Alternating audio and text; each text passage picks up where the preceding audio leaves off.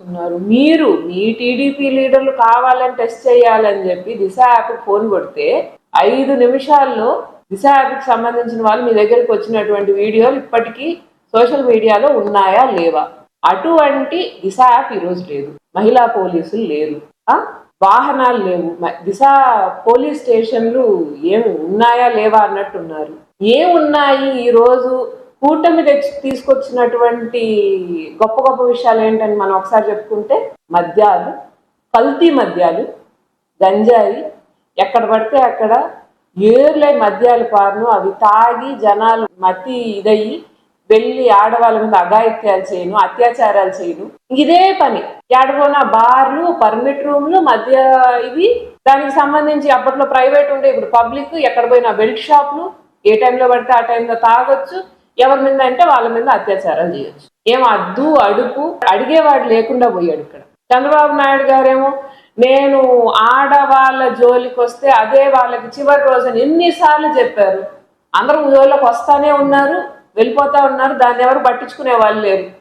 పవన్ కళ్యాణ్ గారు ఆయన కేవలం ఆడవాళ్ళ రక్షణ కోసమే రాజకీయాల్లోకి దిగారేమో అన్నంత రేంజ్ లో కబుర్లు చెప్పారు. ఎలక్షన్స్ కి ముందు ఆయన ఏమన్నారు, 30,000 మంది ఆడవాళ్ళు మిస్ అయిపోయారు ఆంధ్రప్రదేశ్ నుంచి వాలంటీర్ల వల్ల అని. సరే, ఈరోజు వాలంటీర్ వ్యవస్థ అయితే లేదు కదా, మరి ఈ రోజు ఈ అఘాయిత్యాలు, అత్యాచారాలు ఎవరి వల్ల జరుగుతున్నట్టు? అదే వాలంటీర్ వ్యవస్థ ఉన్నప్పుడు ఆ వాలంటీర్ కి సంబంధించినటువంటి ఇంట్లో ఇటువంటి ఏదైనా సంఘటన జరిగితే, ఎవరైనా కనపడట్లేదు లేకపోతే మిస్ అయ్యారనంటే వెంటనే పోలీసులు దాని మీద యాక్షన్ తీసుకునేటువంటి అవకాశం ఉంది. సచివాలయ సిబ్బంది ఉండింది, దానికి సంబంధించినటువంటి మహిళా పోలీసు ఉన్నారు.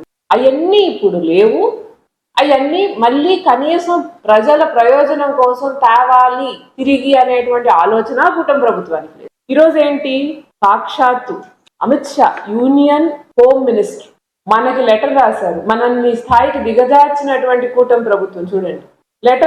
లెటర్ కి సంబంధించి ఏంటంటే, ఎమర్జెన్సీ రెస్పాన్స్ సపోర్ట్ సిస్టమ్ ఆంధ్రప్రదేశ్ది ఎంత వీక్ గా ఉందంటే, దాదాపు చండీగఢ్లో ఒక ఎమర్జెన్సీ కాల్ కి రెస్పాన్స్ టైము 5.8 నిమిషాలు ఉంటే మనం 25.5 నిమిషాలు తీసుకున్నాం.